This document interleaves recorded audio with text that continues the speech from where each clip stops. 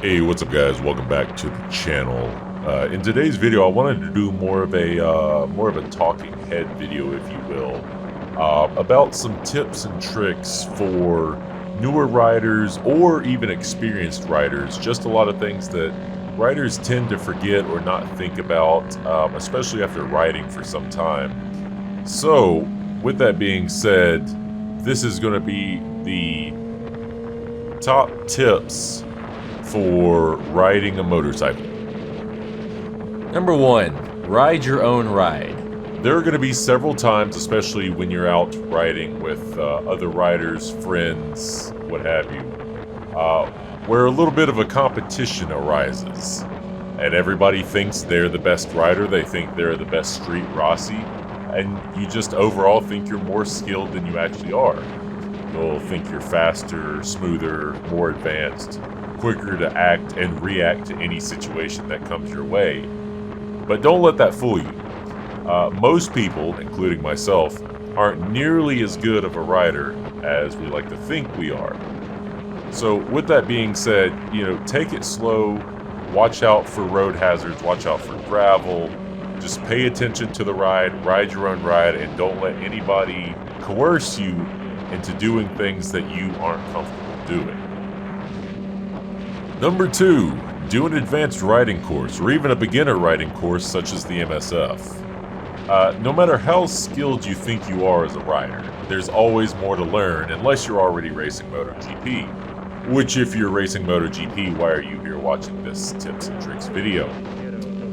Focus on slow speed maneuvers such as U-turns, figure eights, dragging your rear brake when doing slow speed parking lot maneuvers, and other seemingly simple things that can get you out of a lot of tricky situations in the real world. For instance, I've been riding for 2 years now and I still suck at U-turns.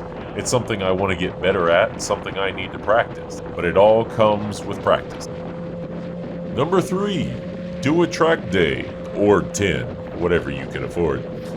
The track is where some of the most valuable lessons can be learned, and many tracks offer beginner experiences. Don't worry about being labeled a novice. This is about you and becoming a better rider. It can teach you about grip, lead angle, what your bike can actually do, and how far you can push it safely on the street and on the track. If nothing else, you'll surely have a great time out with some like-minded people and leave with more confidence than you came with. Number 4, and this is a big one. You are invisible. Cars will constantly fail to see you. Not because they're not trying to, but because of something known as inattentional blindness. Cars are looking for other cars, something big, something with 2 headlights, something taking up a lane. They're not looking for motorcycles. Motorcycles are small, oftentimes have 1 headlight, and are much faster than a traditional vehicle. With this in mind, ride as if you're invisible. On this channel, you can see numerous examples of riders being invisible to other cars on the road. Ride defensively and ride safely. This is one of those do as I say and not as I do type scenarios, as oftentimes, as can be referenced on this channel, I do speed. However, in most of those examples as well, it is done safely on an open highway. So, ride defensively. Hey guys, look, he's a player.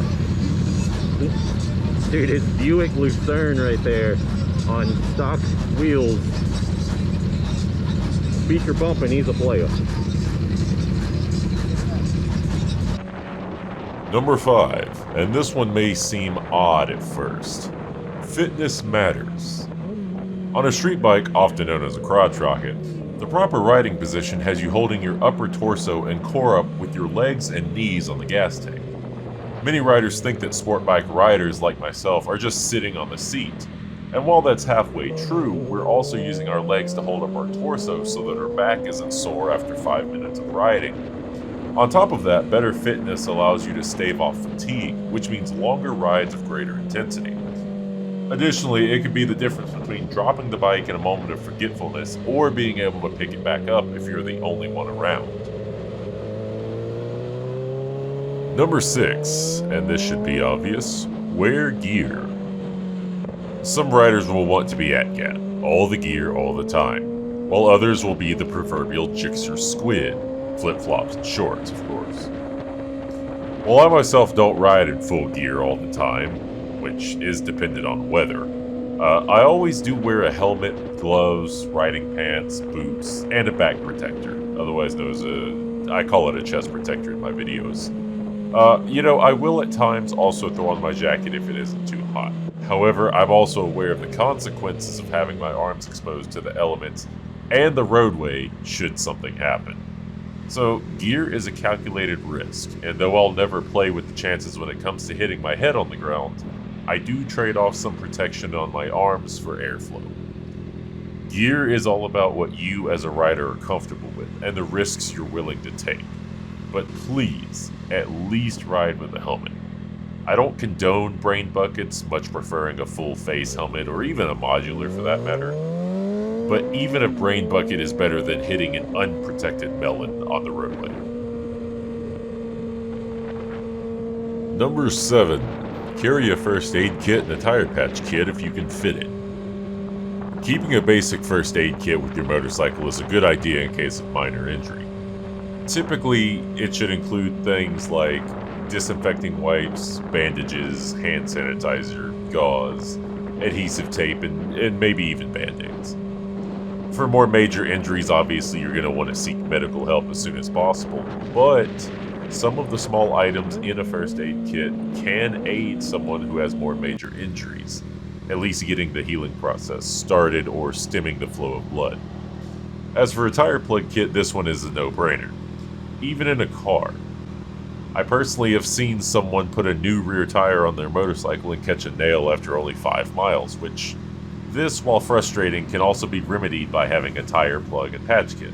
Not all holes can be fixed, but having the patch kit may just save you the money for a tow and a new tire.